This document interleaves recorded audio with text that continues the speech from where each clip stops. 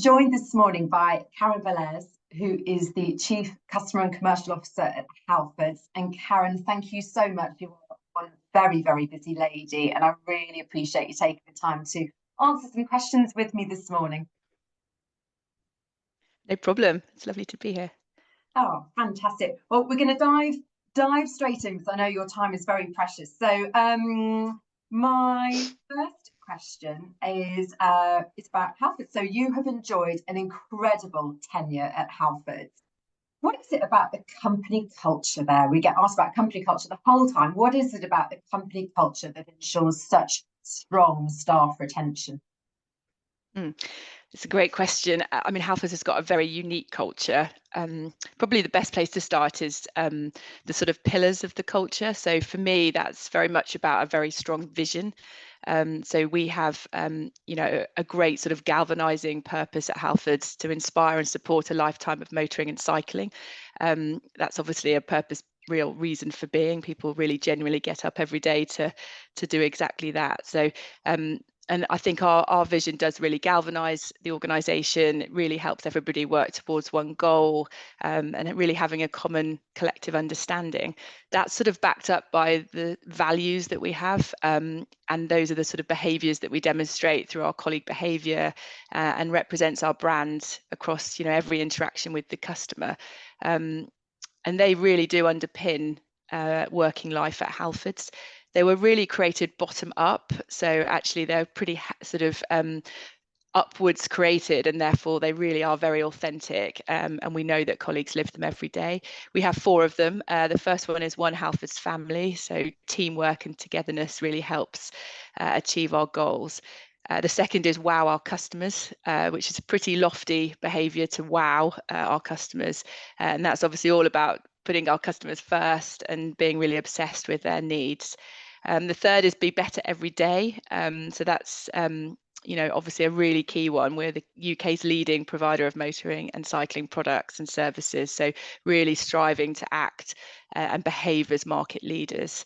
And then finally, Pride in Expertise, so really developing and continuing to develop skills and striving for excellence. So I think it's those values ultimately that really make colleagues feel part of a team at Halfords. And we obviously expect really high standards and delivery, but equally we really work hard on acknowledging and rewarding colleagues that are performing well. A couple of examples on that. There's obviously very formal sort of channels. We have a big Colleague of the Year recognition scheme, but then equally it's sort of one of the things I do in my team. I have a Fresh Prince or Princess of Bellairs award that I give out every month to somebody that's done some fantastic work in my team.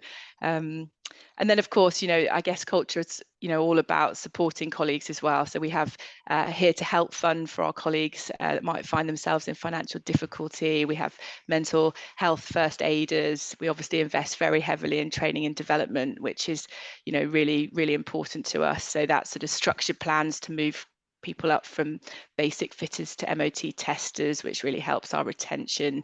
Obviously, with emerging areas like electric, we're investing very heavily in that space with our technicians as well.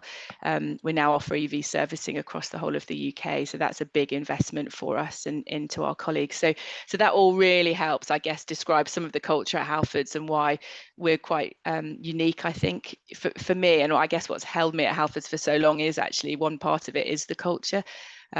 People really believe in the brand, they really believe in its potential, they want it to succeed, and they're very sort of can-do, hands-on, and really it is a very special culture.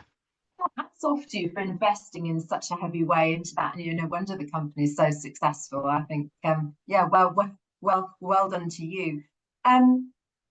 Moving on to sort of the customer side of things. So with regards to customer-centric roles, you're very much the advocate for the key stakeholders within the business. What excites you most about this area of customer within your work? Yeah, I mean, it's a great role to sort of lead customer. It really is. I guess what what really inspires me is the fact that you really are changing customer behaviors.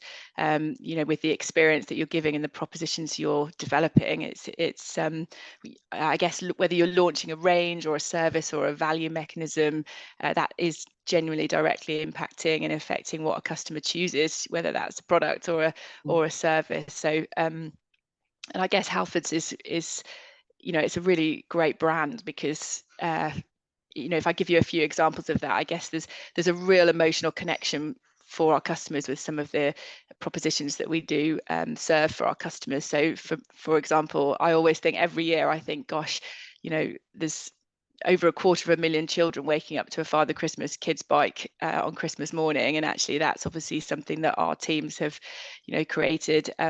There's nothing more rewarding than that. And Halfords probably is quite a brand that's really about first memories. There's quite a lot of sort of firsts that happen in a Halfords environment. A first bike, first baby seat, sort of families then realizing that they don't have any room in their cars anymore and need a first roof box, and first L plates. So I think that those sort of special moments mean it's much more than just transactions, and creating those propositions and those experiences is it's great. And of course we're much more now a garage business and a services business than we are a bike shop, as we've been really changing our strategy. So and of course, lots of our customers therefore are in distress. They are needing us to help keep them on the move. So therefore, that's really a key part as well. There, they really do need our help. But I guess my role, I'm obviously really representing the voice of the customer in the organisation and reducing those pain points and helping improve journeys with us. So I spend a lot of time trying to make sure that the customer is living and breathing in the organisation. Things like listening groups, that's really key, that we actually get real customers in right across different touch points so that we can listen. Obviously our colleagues is how we do that. Our colleagues are with the customers all the time, so we spend a lot of time listening to our colleagues, but we also do invest in bringing customer listening groups to our board so that actually we can really hear and feel and make sure that we are really representing the voice of customers. And the work that we've done there, we've moved our NPS sort of 8 points over the last sort of 4 or 5 years, which is fantastic to see the reward of that effort and to see your trust pilots move. You can really evidence the change and see what impact you're having, which again is really rewarding. In terms of priorities, what do you think will be some of the key priorities for marketing and digital and leaders within that customer space over the next few years? Well, I mean, I guess this certainly the next sort of 18 months, I guess, for me, very much around personalization, value and relevance, I think are going to be absolutely key levers to sort of succeed, really, because of the cost of living crisis. So they're going to be really important, because ultimately businesses are going to have to sort of take share. Certainly Halfords is going to have to take market share because our markets in some cases are smaller, and obviously discretionary spend is under huge pressure. So and within that, we know customers are really looking not just for sort of deals, but to really they're really looking for bargains, otherwise they're not going to buy. So there's a key piece around obviously value. We launched a never beaten on price last year, and sort of 25% cheaper than the dealers in car servicing as a really big campaign, which was really, really did create that relevance and create that opportunity to grow our share. But I think we're going to need to do further. The key area for us is around loyalty, to really support that, and that obviously really helps your retention, really gives that customer just something really extra. So that's I think quite a key part of that acquisition tool, really, to drive that marketing strategy, and of course then gives you the opportunity to personalize, because you've then got much more data and much more understanding, and you can actually really create that relationship rather than that transaction. So we launched our motoring club last year. Actually, we're a year in, but that had a huge impact. We had 1.7 million customers sign up to it in its first year, which we were so pleased with. It's got a subscription element to it as well, so over 100,000 subscribers as well, which of course is great for recurring revenue and certainty to support for a services business, the demand curve as well. So, but with all of that, we can now be much more relevant and personalised, and really really support customers in that value that they really need and want as well. So I think it's that sort of combination, super personalisation, super value, and that key relevance. Yes, that's very very detailed and very effective. I'm sure that's astonishing numbers signed up to your loyalty program last year. You must be really thrilled with that. We're so pleased because, you know, Halfords sort of frequencies you could expect with our sorts of products and services is fairly low. So, you know, we're not a supermarket with lots of footfall coming in regularly. So, you know, really trying to move the customer to be able to spend more of their share of wallet with us for their motoring and cycling needs. But this is clearly a motoring club, so it's a motoring need piece. And we're seeing that frequency really build, which is fantastic. We're seeing that higher spend. And most excitingly for us, we're seeing customers in our retail move into our garage. So and that was a big part of the loyalty scheme. We're incentivizing through an MOT, which of course a customer needs to have. And you know, even those areas are really difficult for customers in this cost of living. So actually this is a really nice incentive. It's free if you're a subscriber as part of a subscription fee, and it's £10 off if you're free to join. So that's obviously really gone down well with consumers, but it's meant we've managed to move customers into our garage business, which of course means we'll be able to spend a bit less in marketing because it's a cheaper acquisition. So there's so many great opportunities through that sort of way of working. Yeah, very good. A team leadership question. Everyone's always interested in the leadership question. So you've led several teams within Halfords over the years.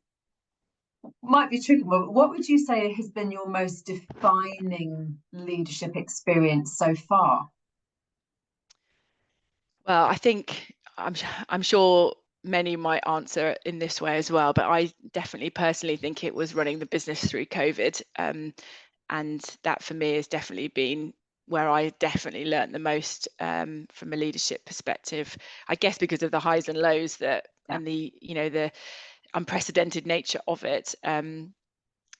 So I guess for me, you know, time's obviously very uncertain, quite frightening, very uncharted territory for the business. So there was sort of no precedent on how to respond. You know, nobody had been through it before.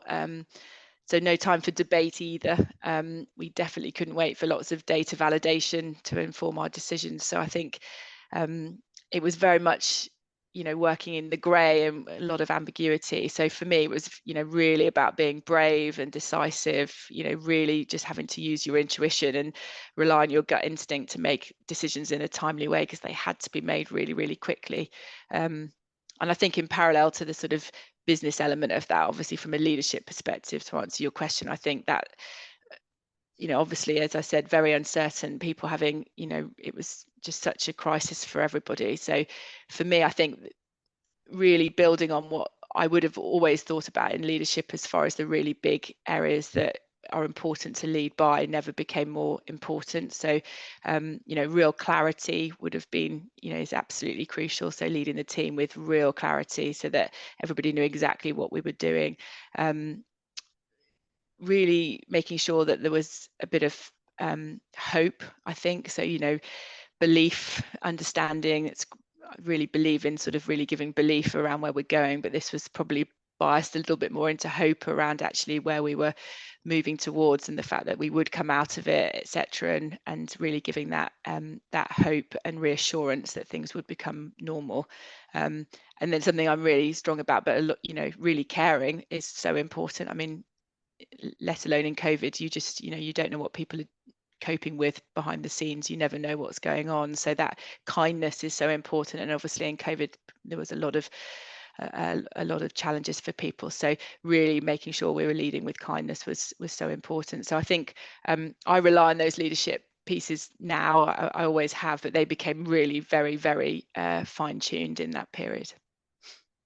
Thanks.